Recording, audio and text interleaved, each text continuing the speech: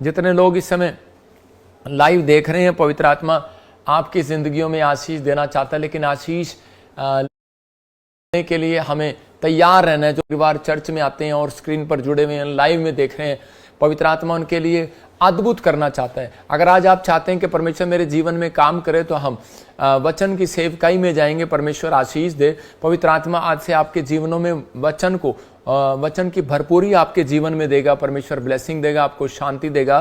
तो मैं एक वचन पढ़ रहा हूं आपके लिए उत्पत्ति की किताब में। जो लोग चाहते हैं कि परमेश्वर मेरी जिंदगी में काम करे, उसका 41 का 35 से लेकर हम 36 से कोई हमारे बीच में पढ़ेगा पास्टर। उत्पत्ति का 41 अध्याय 35 से लेके 36 तक। हाँ पढ़े। इन अच्छे वर्षों में सब प्रकार की भोजन वस्तु इकट्ठा करे और नगर नगर में भंडार घर भोजन के लिए फिरौन के वश में करके उसकी रक्षा करे। वह भोजन वस्तु अकाल के उन 7 वर्षों के लिए जो मिस्र देश में आएंगे देश के भोजन के लिए रखी रहे, जिससे देश का उस अकाल से सत्यानाश न हो जाए। यूसुफ का प्रधानमंत्री बना जाना। ये बात फिरौन और उसके सारे कर्मचारियों को अच्छी लगी, इसलिए फिरौन ने अपने कर्मचारियों से कहा, क्या हमको ऐसा पुरुष जैसा ये है जिसमें परमेश्वर का आत्मा रहता है मिल सकता है? फिर फिरौन ने यूसुफ से कहा, परमेश्वर ने जो तुझे इतना ज्ञान दिया है कि तेरे तुल्य कोई ईमानदार और समझदार बुद्धिमान नहीं। हालेलुया।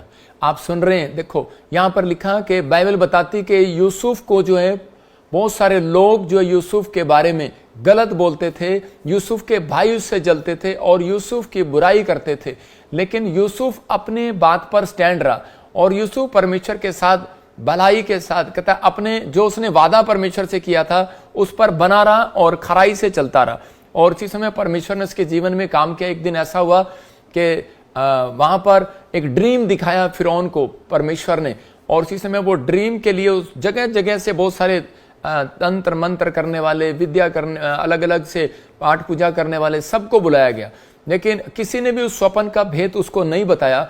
और उसके बाद जब यूसुफ को बुलाया गया तो उसी समय यूसुफ जो है परमेश्वर का भय मानने वाला एक आज्ञाकारी बच्चा था, और उसी समय वो भविष्यवक्ता भी था, और उसी समय पवित्र आत्मा उसको दर्शन देता था। उसी समय उसने, जब राजा ने उसको कहा, कहता कि मेरे को ये जीवन में, कहता कि मुझे नहीं समझ में आ रहा कि मैं ड्रीम देख रहा हूँ, इस ड्रीम का क्या मतलब है। उसने कहा, राजा तेरे देश में 7 साल अकाल पड़ेगा पूरी दुनिया में, और उसी समय जब वो अकाल पड़ेगा तो उसी समय कहता है कि बहुत सारे लोग प्रॉब्लम में चले जाएंगे, लेकिन उसने एक सॉल्यूशन परमेश्वर से पूछकर उसने उसको बताया। कहता है कि इन 7 सालों में, कहता है कि हम सब, कहता है कि जितने भी, कहता तेरी बात मानने, कहता है कि हम भंडार में आज से इकट्ठा करना शुरू कर दें।